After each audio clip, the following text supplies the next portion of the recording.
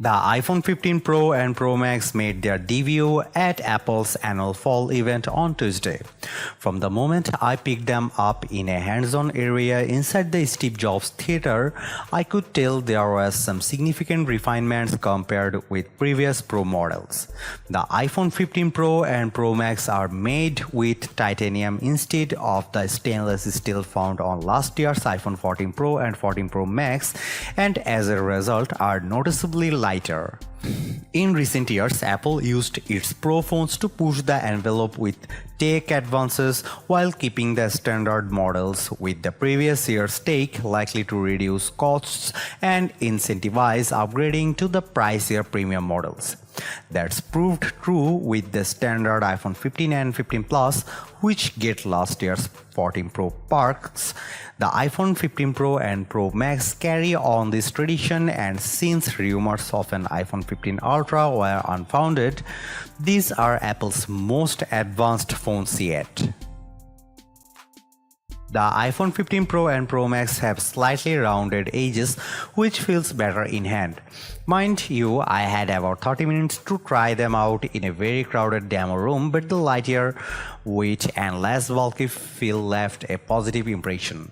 The new Pros have thinner bezels for slightly more glass on the front screen, which are still 6.1 inches for the iPhone 15 Pro and 6.7 inches for the iPhone 15 Pro Max.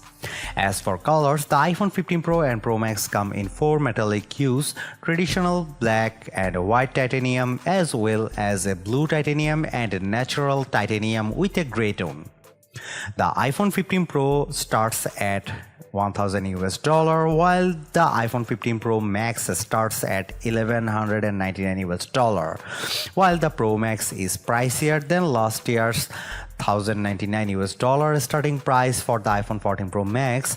The new iPhone 15 Pro Max starts at 256 GB, double as its predecessor's internal storage.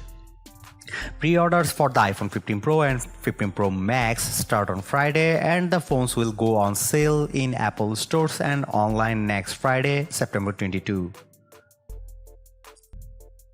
The iPhone 15 Pro and Pro Max ditches the mute switch on previous iPhones for the new action button on the left side. It uses haptics to tell you when you have silenced the phone with a long press, but you can perform all sorts of other shortcuts. In the settings menu, you can program what the action button does, including launching the camera, the flashlight, voice recorder, and magnifier. And you can even customize what the button does via the Shortcuts app. My only complaint is that you can't map more than one shortcut at a time. For example, why not launch the camera with one press and flashlight with a double press? So far, I have only taken a few photos with the iPhone 15 Pro Max, but at least on paper, the new camera system seems very impressive. There's a larger new main sensor, and the 48 megapixel main camera offers a new 24 megapixel super resolution default option. Thanks to improvements in Smart HDR, portraits now offer brighter highlights and richer colors even in challenging lighting conditions. And I like that you can take portraits without even having to switch to portrait mode. The iPhone 15 Pro Max is smart enough to capture the depth info. The real highlight though is the 5x optical zoom option and 3x optical zoom option at the iPhone 15 Pro, made possible via the tetra prism design of the telephoto sensor. I was blown away with how close the iPhone 15 Pro Max could get to omen way across the field without loss of detail. But we'll be putting this zoom to the test against the Galaxy S23 Ultra, which offers a 10x telephoto. The digital zoom on the iPhone 15 Pro Max is 25x versus up to 11x on the Galaxy. Now let's talk about performance. The A70 Pro is the world's first 3nm chip and it means business. Apple is making the biggest noise about the new 6-core GPU, which is up to 20% faster and enables hardware accelerated ray tracing in games. I had a chance to play Diablo Immortal on the iPhone 15 Pro Max and the lighting effects were very dynamic and action quite smooth even with lots of enemies on screen. The CPU inside the A17 Pro is 10% faster and the neural engine is up to 2x faster, which can help with features like autocorrect and personal voice in iOS 17. Apple has begrudgingly adopted USB-C for the iPhone 15 Pro and Pro Max, but I'm still glad it's here.